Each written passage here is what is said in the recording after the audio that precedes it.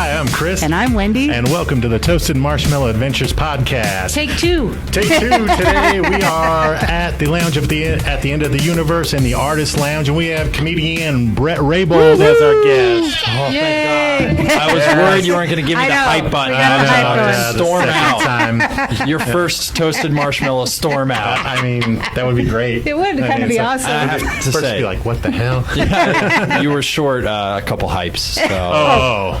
Okay. I didn't know your hype level? requirements. Yes, I have a hype writer, which is 5 to 7 hypes, and then I'll talk. Then you can feel like, But okay. you were at 3, and I was like, "What's this BS?" Yeah. It's Kind of bullshit. this rink, excuse me. That's the guy we were wondering if we'd get.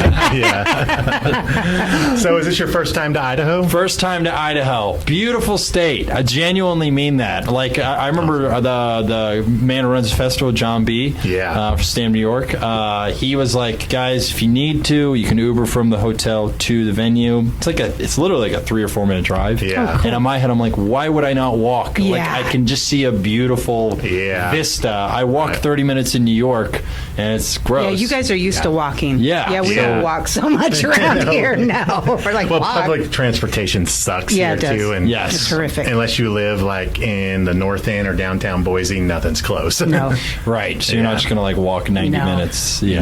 No. This is understandable. Yeah. So you live in Brooklyn. I do. I live in Brooklyn. As I mentioned to you, I live in a free house. I live in a house for free in New York. Yeah. That is unheard of, it's right? It is truly like a paradise for anyone pursuing comedy, I think, because no rent, it has no heat or hot water. That's always the catch. When sometimes I don't even include that in the discussion. Yeah. Because then people are like, How do I get in on this? Homeless.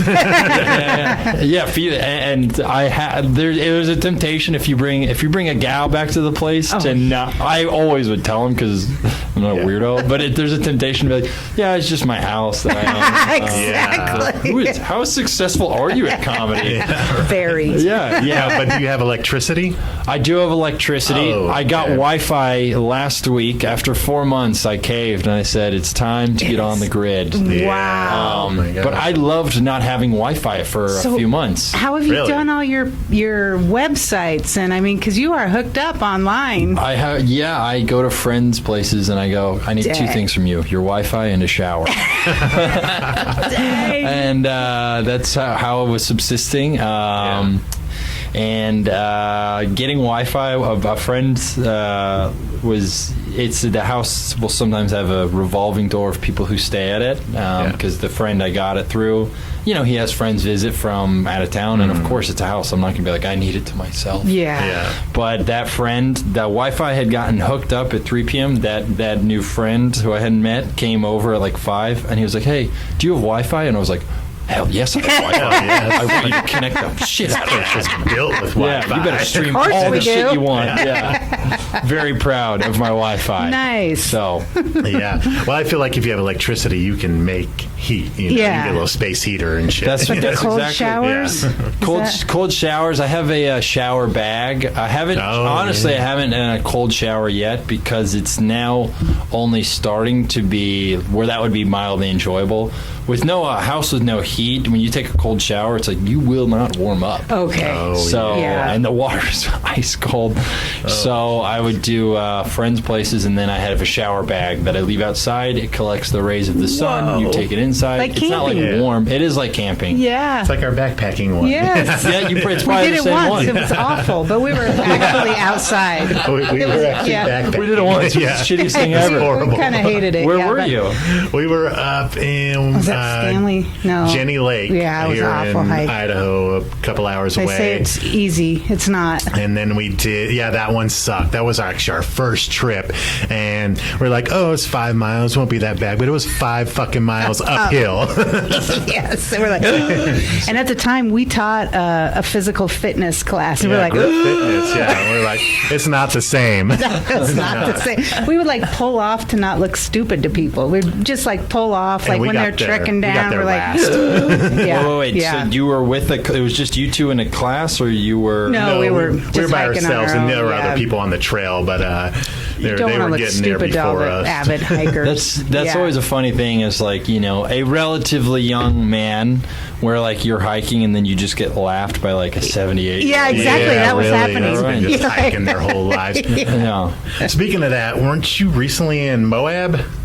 Well, Or somewhere in Utah? Where I don't know if I was. I was in Salt Lake City for a 2.5 hour layover. Oh. You're getting it mixed up. Yeah, I was looking at another someone else. lanky white guy Dang. getting me mixed Right. up with another Caucasian. Yeah, gangly they all look the motherfucker. same. How many white guys are there? How dare you? Jeez. But who was in Moab? Let's get him in here. If you're listening and you were in Moab, get your ass in the Someone I room. looked up today. Oh shit! I can't even think about it right now. I've had so much shit going It's through one my of those brain. things, Just, yeah. So we're like, okay, you got 4 podcasts to do today. Yeah. No, don't worry. I when you're just like doing a ton of them, you're meeting a ton of people. It's totally reasonable to just be like, you were in. Yeah. Right? I know who that was. It was fucking Jeff Sheen. Oh, yeah. Very understandable to Yes. mix me up with Jeff Sheen. It's an understandable mix-up. Okay, good, Yeah. good. Don't worry. That's who it was. So what do you like most about Idaho? So far I haven't explored it as much, so I will say this podcast. Oh, I'll say- nice. Yeah. Yay. This is the most fun I've had. Woohoo! Best When did you get answer here? we've got. I got here yesterday at like 2:30, and then kind of mostly just went to the venue and was just at the nice. venue. So it's almost like there is a form of, while I did get a little bit of walking, there's a form of like I still need to make sure I hike, or at least do something somewhere where I can just not have. It's almost like I'm not in Idaho right now. I mean, there's a beautiful vista painting behind you. And you guys just have the white wall. Yeah. Thank you for giving the guests. Oh, yeah, we the honor. totally should have switched it. The view. No, I get the nice view. Okay. Yeah, exactly. Who knows what it is? But so yeah, it's funny when you go to a place for comedy, and if you're just in that room, it's almost like, well, I wasn't technically in Idaho. I was just in that room, which happened to have been in Idaho or wherever you've gone. Yeah. So I'm told I learned more about Mormons. What was the really weird fact I learned about Mormons? Root beer or no? I forget what it was. It was Huh. They don't do caffeine. No. But I kind of knew of that one before. They can't do root beer because it has beer in the name.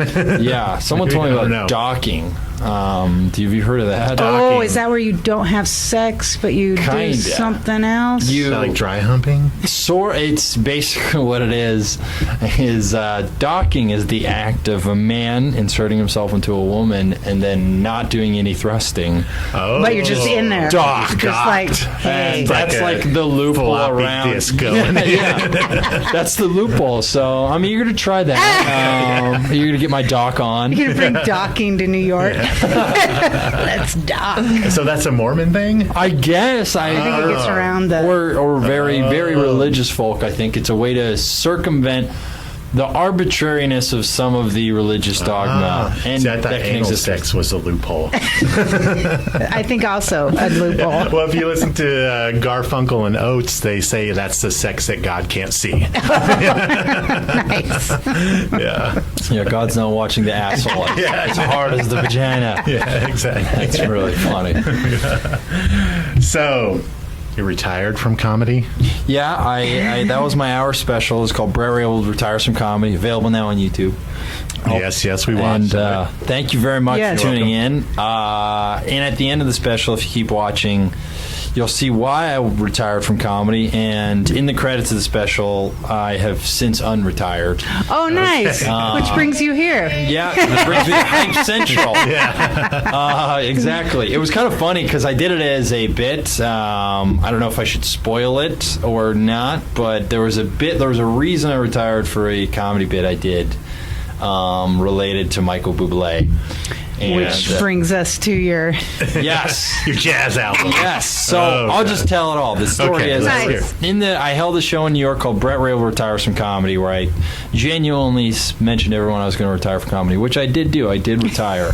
1 month after retiring, I had to unretire because turns out I had severely miscalculated my finances. I thought I could coast into my 80s with my savings, and unfortunately, I only had a month. So I had to return to the Sisyphean slog that is stand-up comedy. But I retired so that I could pursue a career in jazz. Right.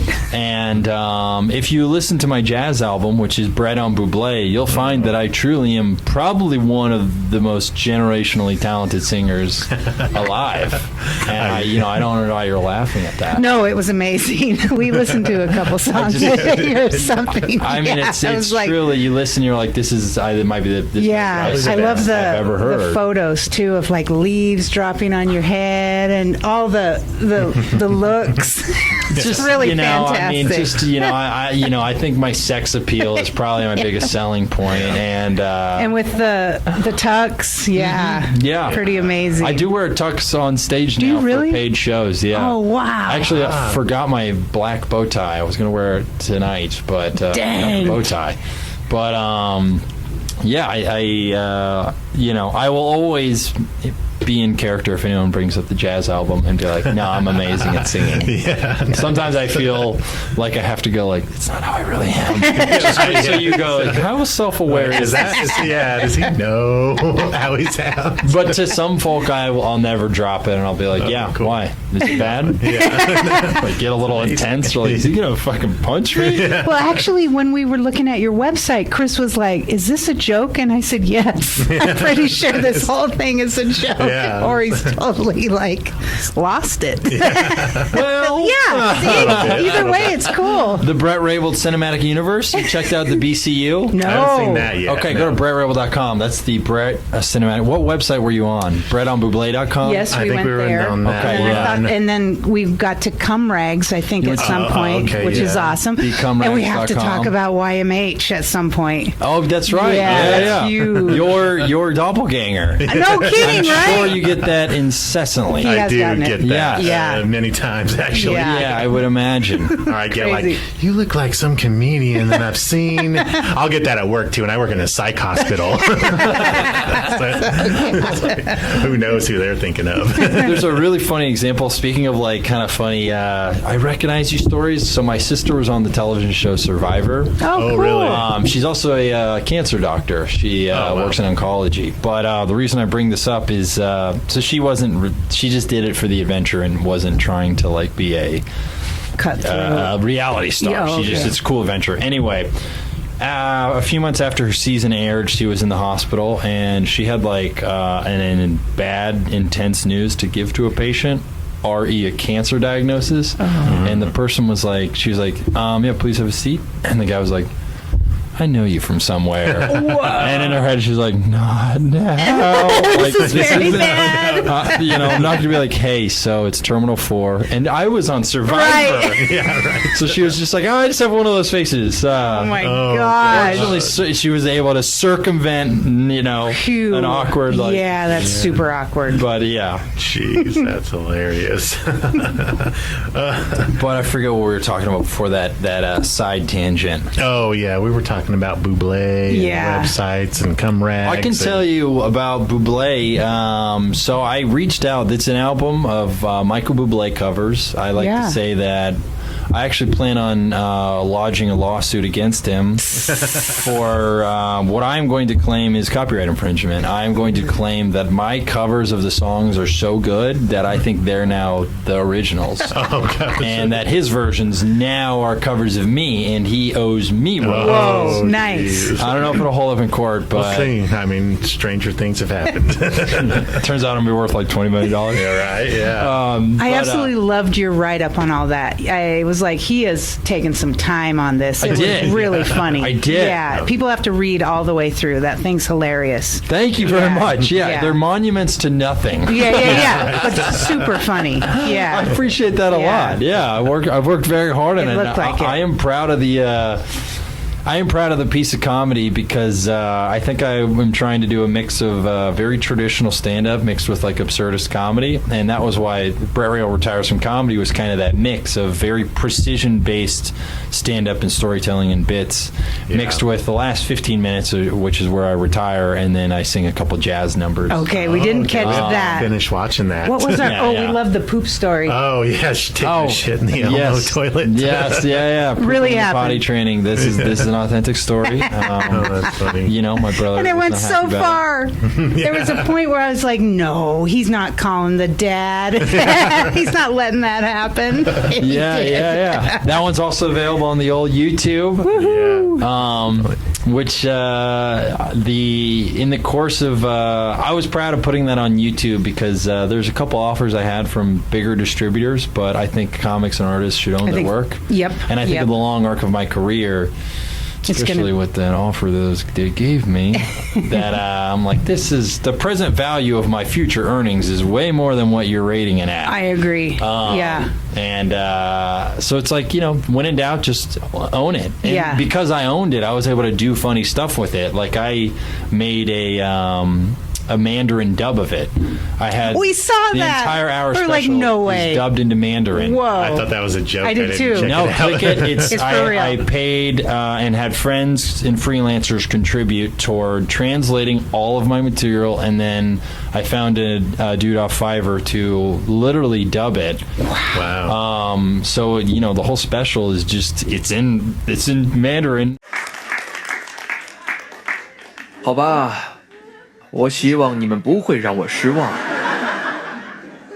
好像你们没有人收到我的着装要求。这一场。 And it's part of a larger bit.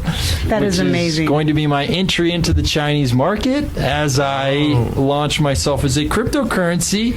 Which we saw, yes. Is that real? So everything, all this shit that I do is, I think it exists in a very fun spot of half irony and half deadly serious. Okay. It's like, and also like not necessarily always letting people in on when it's a bit is part of the bit. Right. Yeah. Like when I sang jazz live, I played it real. I did not wink and I didn't laugh about it as I might with you guys podcasting. Just so you know you're not with a fucking sociopath who thinks he's actually a good singer.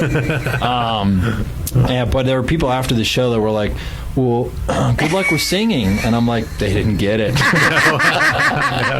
Hilarious. But yeah, so me launching it as a cryptocurrency is, again, it is part bit, but also I'm part 100% serious. Like, I think it's a very interesting project to do with your career, to link your career movement to a cryptocurrency price. I loved it because you were like, if you think my value is something or other, I mean, like you're betting kind of on you either failing or succeeding, right? And that's awesome. I really, and I hope this doesn't sound too self-aggrandizing, and I know I've only talked about myself, so I apologize. Well, that's why you're here, though. Yeah. We don't want to talk about us.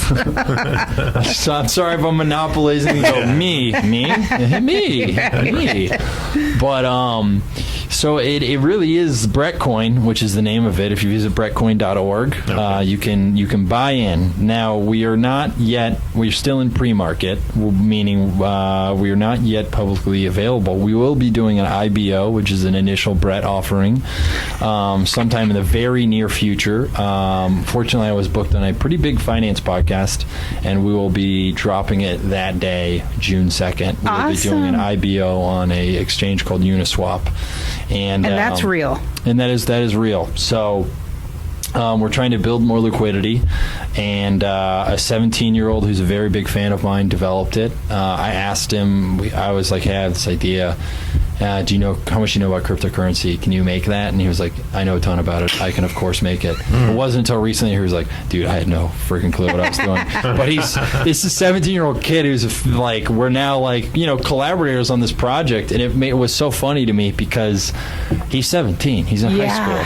So I'm literally calling him up like, hey, what's up, Matt? How you doing? And he's like, hey, I can't talk right now. I'm at Quiz Bowl. It's like, I'm some creepy, almost 30-year-old. It's like bothering this 17-year-old kid. His parents are probably like, who the fuck is this psychopath? But Bretcoin, it basically is a bet that if someone does want to invest, I genuinely believe it is, and I am, a good investment, because I believe my work is of a higher quality than my level of status. I think in comedy, there's a lot of emperor's new clothes that can go on. I think a lot of people get bigger opportunities for whatever reason and maybe don't have the stones to back it up. Yep. I hope this doesn't sound too self-complimentary, but I think it is safe to say, or at least I hope it is, to go, I think I am better than where I am at positionally and financially. Great. Yeah. An hour special that I think I will put that up and I'll say that is up with anyone that year, and I really will believe that. If that sounds self-complimentary, I think you got to have fine. that. Yeah. But that's what Bretcoin is. It's a bet on me and my future, and it's not just about me trying to make money from people. Honestly, I want to use the money that people invest to work on other projects, and I can say specifically which one it is. A friend and I recently wrote a movie, and we're trying to film that movie. We had sent it to a lot of producers, managers, and agents, and for the most part, the operating response we got back was, it's really funny, we don't want to be the ones to make it. Now, the reason they don't want to make it, honestly, and I believe this to my core, comedy movies are not in a good spot right now because people complain often about like wokeness and cancel culture, and like wokeness isn't killing comedy. The fear that artists and writers go through because of that, and industry people do too, that is what is making comedy less interesting, because people aren't afraid to take artistic risks. To tell you more specifically on what the movie is a slapstick comedy about race. It's basically the modern version of Blazing Saddles. Oh, wow. One of my all-time favorite movies. Yeah. It's screwball, it's silly, and it's just pure fun. It's called Race the Movie, and then in parentheses, it's about race.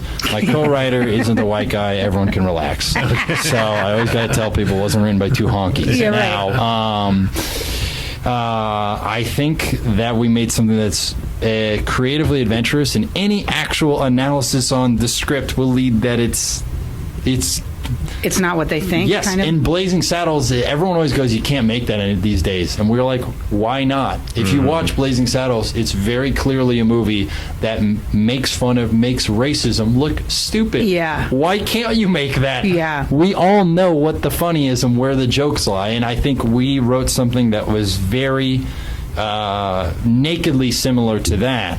Do you feel like everybody's scared now? Or I mean, I'm not saying woe is me, and it's just harder for anyone to want to take a big artistic chance on complete nobodies who are unestablished. But that, again, speaks to, I think, a lot of the invisible arbitrariness of how we judge how quality someone's output or art is. We're willing to say something is better if it has a bigger crowd attached to it. Yeah. And I exist in a frame where I'm willing to affirm myself and go, no, I think we wrote something that is genuinely what people would want to watch, regardless of how I am in a more working class frame of being a comedian. And I think, and I hope, that if it can get some semblance of a megaphone, people will be able to respond to the idea of Bretcoin, like the idea of how I'm trying to raise money to make a movie. I'm not just taking people's money so I can masturbate and wear pajamas. Don't get me wrong. That's all good.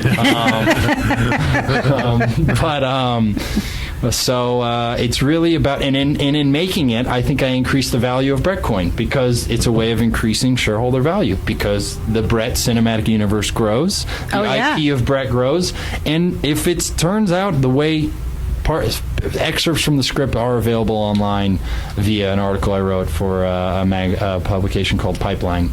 And so if people are interested in going, are these guys racist? Well, take a look. But I thought it was genius, actually. It's really cool. I appreciate that a lot. In. Yeah, it really gives you kind of a feeling like you're a part of something. And this isn't a handout. This has never been done before because it's actually an investment. And if you buy in early, there is a chance you could win too. Make no mistake. Do I think you'll get filthy, stinking rich? You goddamn right I do. But, I think you should build generational wealth for your family by investing in Bretcoin. Of course. Make no mistake, more seriously, though, are there risks associated with it? Yes, of course. Everyone invests at your own peril.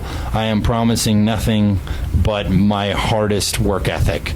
And hopefully the, most focused amount of my comedy and intention at intellect or whatever. But I still think, with that said, there's a short-term viral potential because Could the you internet ever can do- find weird stuff. Yeah. This hasn't been done before. Nonetheless, I think it's a long hold because I ain't going to quit comedy. Right. So your money's not going anywhere. Right. Will I get more famous in the next 20 years? It's hard to get less famous.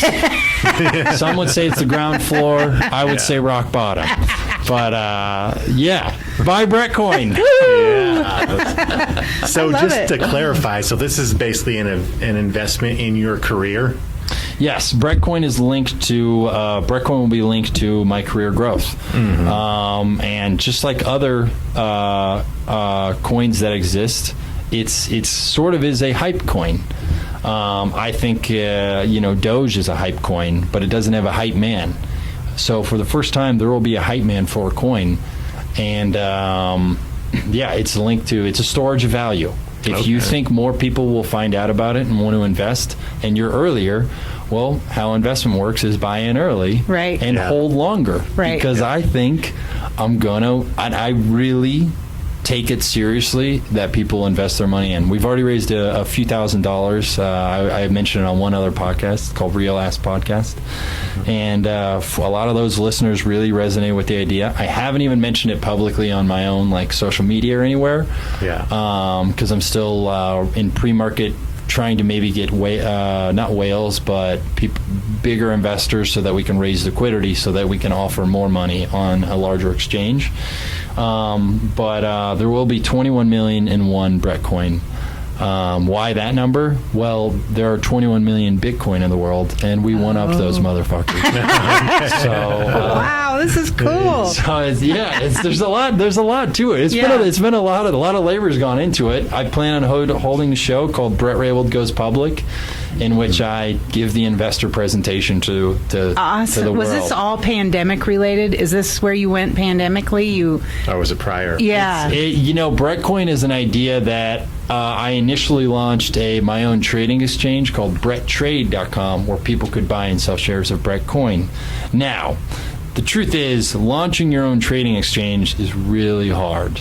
Robinhood, that trading platform? I basically launched my own Robinhood. Oh, okay. I paid a developer in Pakistan about $1,400, huge chunk of change to make it.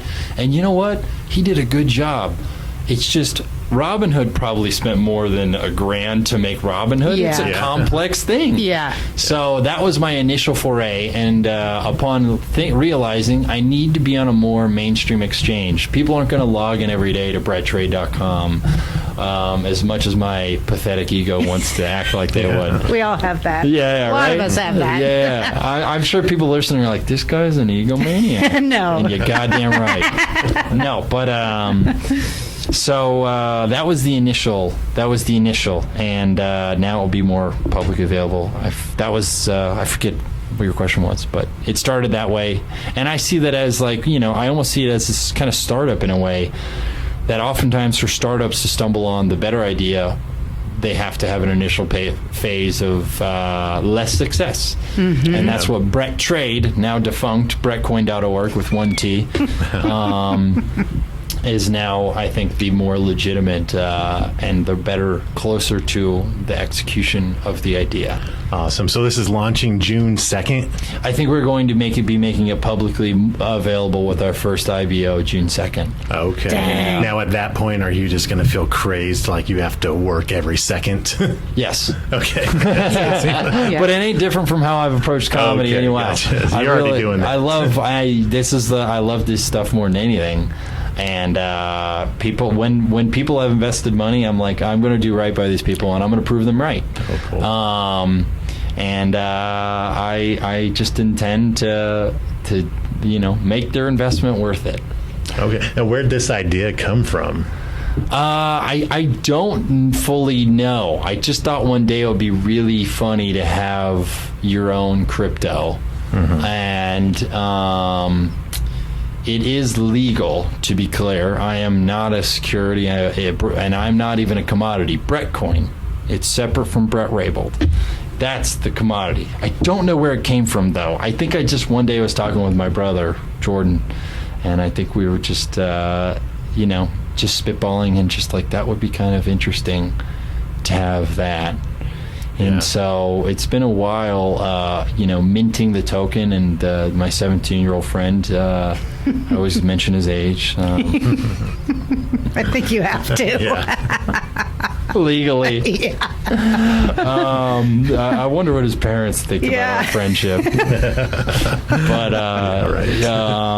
I really don't know where it came from. But maybe just greed. Okay. No, honestly, it's not greed, because the investment will go toward, the capital will go toward a usage, not just laziness.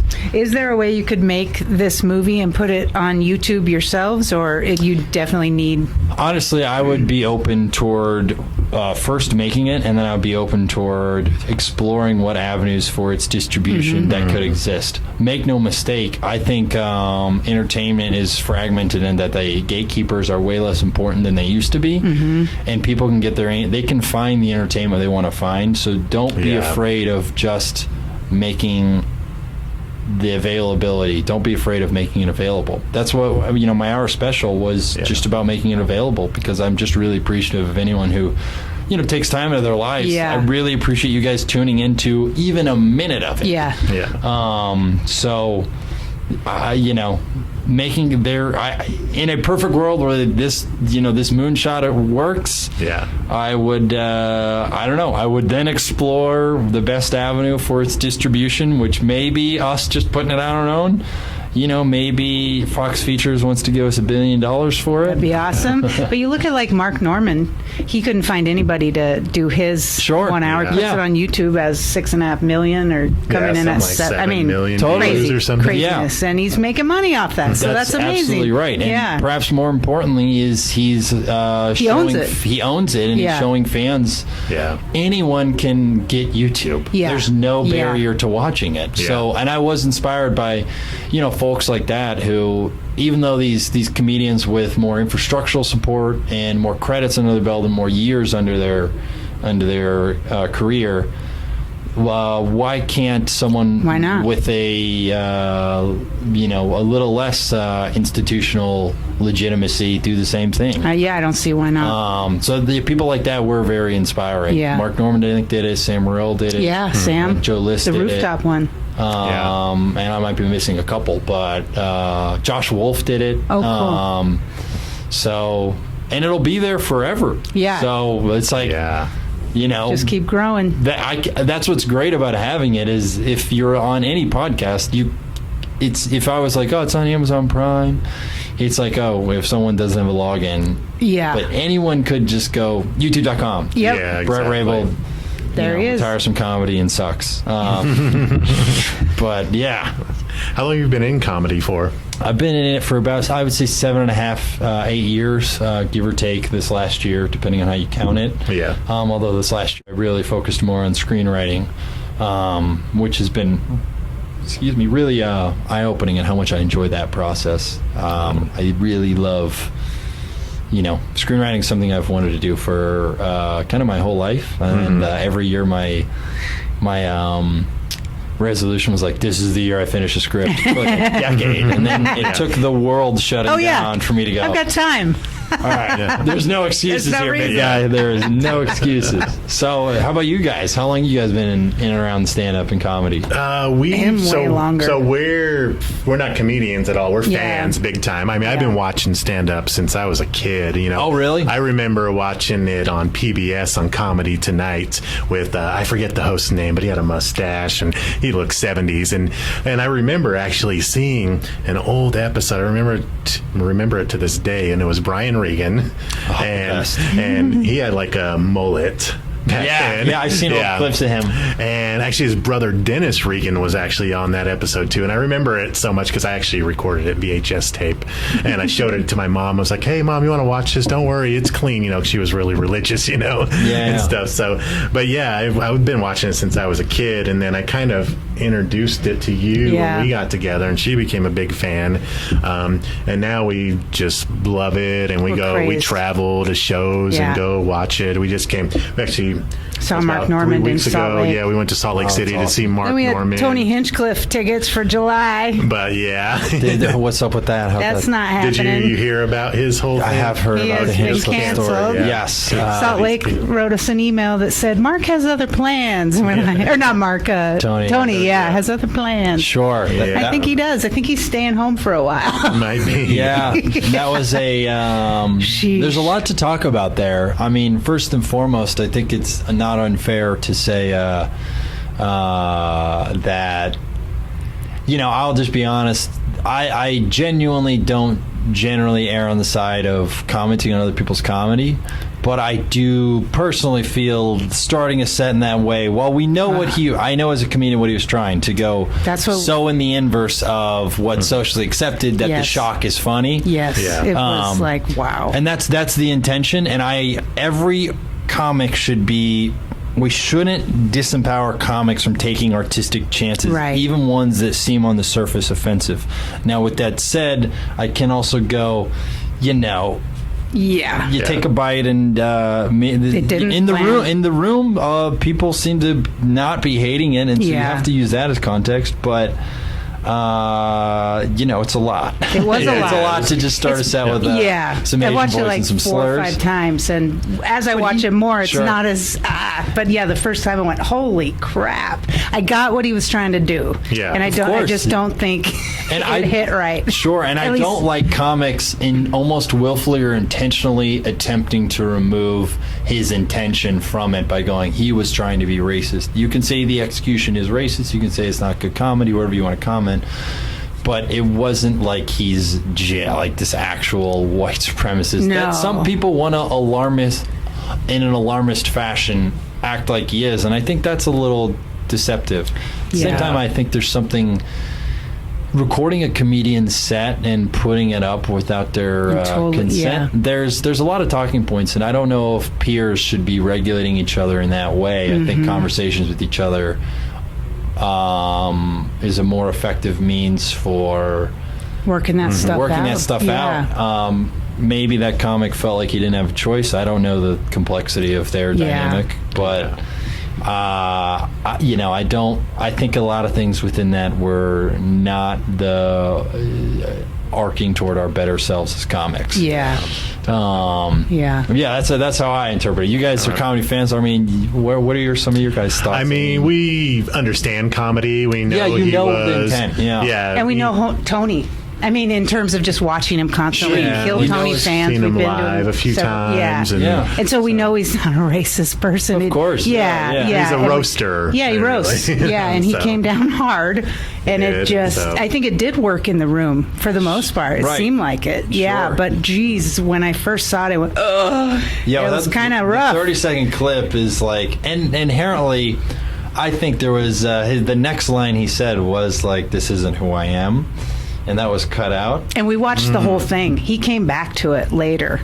I didn't know. Yeah, he came back to it like he almost felt like maybe he had. It seemed like he thought he had gone a little too hard, and he softened things up later. Right. Which, it's again, part of the whole set. And it's not, and it's just being ironically racist is definitely a bit that I think we've all, or a lot of comics have done before. The subtlety of the ironic racism does relate to whether it can feel as funny. I take, for example, Colbert's character was masterful at being.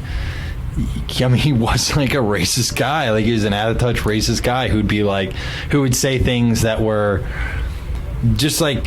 He would say things that weren't like just straight up slurs. He would say things like, well, rap music is more to blame for black people's misfortune than racism, which is an actual like Fox News adjacent take. And like that character, there's this grace and a subtlety to it than just, perhaps just tossing out some slurs. Yeah, definitely. So before we get out of here real quick, we'll get off the heavy subjects. Cum rags? It's even heavier. Right. I mean, you get too much cum on them. One size fits all loads, so, whether you're shooting ropes These or are blanks. Actually for sale? Yeah, if you go to thecumrags.com, it's a piece of merch that we sell. We might be on a little bit of a back order because of everybody's pandemic. Got cum. Everybody's got cum. Everyone's got cum. Everyone comes. That's true. Everyone comes. As seen on YMH. It did have an appearance on Your Mom's House by brilliant Kathleen Tom Segura, and Christina P. And Christina P, of course. Yeah. And I actually didn't say her name because I was like, I don't know how to pronounce her last name. Pazitsky? And then I was like, well, now I just seem like I'm only saying he's funny. No, that's not true. That's not true. It had an appearance on their show because I just mailed them one. That's awesome. And that was it. I just mailed them one. And I'll be honest, that helped some of the revenue that was generated from people finding out about it from his show, because his show is huge. Yes. Yeah. Did help me out during the pandemic, and I did. I expect no response or anything, but it meant a lot to me. That's awesome. I don't even know if they know I'm another comic. Yeah. Really. But I feel some sincere gratitude by hopefully it gave him a laugh, and it did help sustain me in a time after I had to cancel 3 months of shows. So awesome. And if you send one to Bert Kreischer, he opens that stuff on Instagram on his stories. Oh, really? It's hilarious to be like, come rag. Oh, wow. Yeah, I'll have to send one to, I forget his nickname, The Machine. Oh, yes. Yeah. Sure. Yeah, gifted storyteller. Yeah. So tell us about Just the Plugs podcast. Oh, my gosh. I'm so glad you mentioned. Awesome. I cannot wait to plug Just the Plugs. Yeah. Just the Plugs is my podcast devoted solely and simply to the plugs. We do not have any chatter. We don't banter. We don't chit-chat. It's just plugs. Right. You know when you're listening to a podcast and you're like, I just want to hear the plugs. I just want to see what the guest is plugging. That's what Just the Plugs does. It's just the plugs. And it's hilarious. Each episode's about 2 to 4 minutes long. And you can come in here. We a guest will come on. They'll plug their Instagram, their Twitter, their shows, and then I'll wrap up the show. Must see. It's very funny. It's must see podcasting. Yes. And so that's Just the Plugs. It's the essence of podcasting distilled into its simplest form. It was fantastic. Yeah. Yes. We watched the one with Jared, and that one was hilarious. And that was the first time I'd seen it. So you're kind of questioning. Oh, interesting. Yeah. Yeah. And so you're looking at this and going, "What the? Is this a at bit? First, yeah. Is At he first, mad? and then you're like, "Okay, this is a bit." Yeah, this is hilarious. Yeah. It's fun playing, kind of a version of myself or a character of a guy who is hyper self-important and a bit of a douche, which maybe isn't that far off from me, as I just literally talked about myself for an hour. But it's very fun. It's really fun. Each episode, I kind of find a different little mini bit or sketch with the comics. And that was important to me to make every episode feel different. So it isn't just the same joke, 20 or however many times. Yeah. There'll be ones where I've surprised a friend with the premise of the podcast on the show, where I'm like, hey, you want to come do my podcast? I don't tell them what it's about. Oh, really? So they think they're coming into a a podcast where it's just going to be like, an hour of chat. Yeah. And then I'm like, man, this is it. Thanks for coming in. Dude, I drove in from Staten Island. Had to pay a toll, pay for parking. It's like $40 to be here. You're welcome. I would only do that with a friend. Yeah. You don't want to upset anyone. But it's a really fun to just bring someone in and get to, mess with their comedic voice. Yes. On this really silly sandbox that is Just the Plugs. Yes. Yeah. Now, is any of that planned out, or is it just all off the cuff? It's a mix. So to tell you honestly, they usually will film like 3, because they're 2 to 4 minutes. We'll usually film like 3, and I might have a pre-planned bit that I'll mention to them, or it might just be like, let's just turn it on and get our plug on. Wow. Okay. So it's really fun, because I actually think I'll have a bit of able to get bigger guests than my size, because it's like, hey, it's 4 minutes. Yeah. Right. I think so. Yeah. It's it's not like Lord of the Rings. Length. Yeah. Yeah.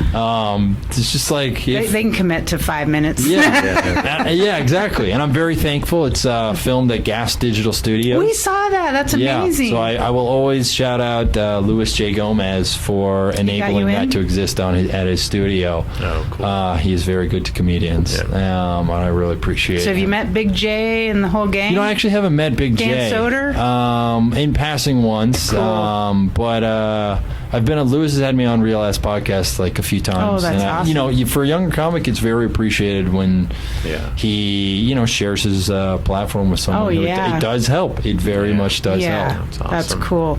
All right, Idaho Comedy Fest. Yes, when are you going up? I know I'm on tonight a few times. There's a show, I don't even know, 3 p.m. tonight. Or 3 p.m. tonight. 3 p.m. tonight. I just missed it. No,